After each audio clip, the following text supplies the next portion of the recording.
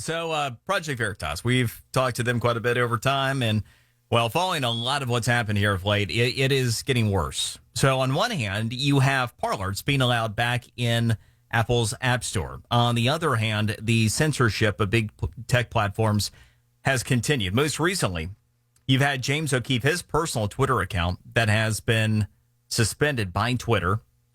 O'Keefe is now suing over that decision. By the way, Veritas is undefeated in their suit, so that's going to be interesting.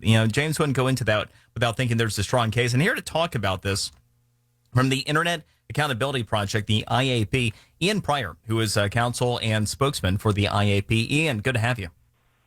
Thanks for having me, Brian. All right, so your thoughts on what's taking place here with censorship issues, the likes of which James O'Keefe has most recently found himself in. Well, this is really just the latest censorship issue we've seen over the past, 6 months, really high-profile censorship. And I think the lesson here is that you look at big tech, and they have become more powerful than the federal government.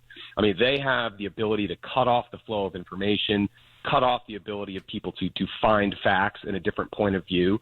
And look, you go back to October when Facebook suppressed the New York Post story about Hunter Biden's laptop. Then you get Twitter kicking President Trump off its platform, Facebook joining up. And then last week, in addition to the James O'Keefe ban, you had Facebook throttling people from posting the New York Post article on the BLM co-founder's real estate shopping spree.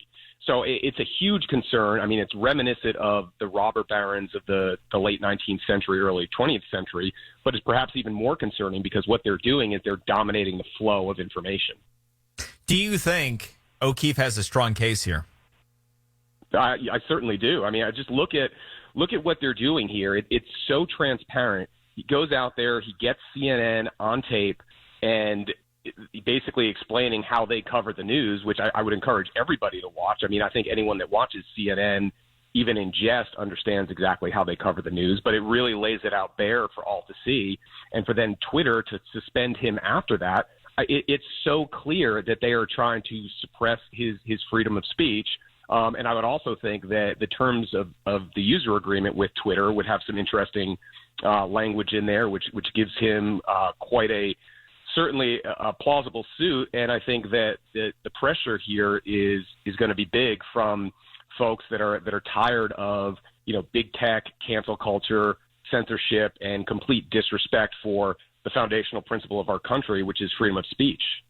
Ian, on that particular note, O'Keefe is not seeking class status at this point, but what I've wondered is if we see success along these lines, while his situation might be specific, could you see the potential for something to where all those who have been perhaps victims of what has been referred to by a Project Veritas, like shadow banning, for example, or those that could prove that there was action taken behind the scenes that ended up having an adverse impact on their ability to use the service?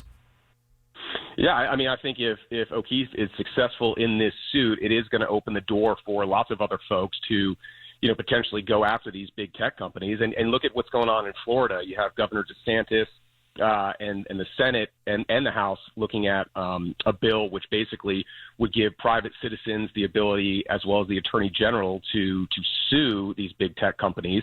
It also creates a situation where they would be fined $100,000 per day for every time a statewide candidate is deplatformed from their services. So I think you're starting to see movement, not just on the national level, but also at the state level and at the individual litigant level. And, it's time that people start realizing what's going on and exercising their rights, because if we don't, we are basically handing the keys to our country to these big tech robber barons.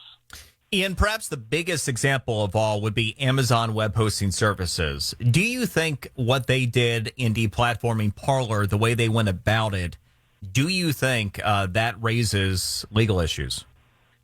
Well, certainly. I mean, you have to look at all the facts in that case that's currently going on in Seattle, I believe. But how do they justify it?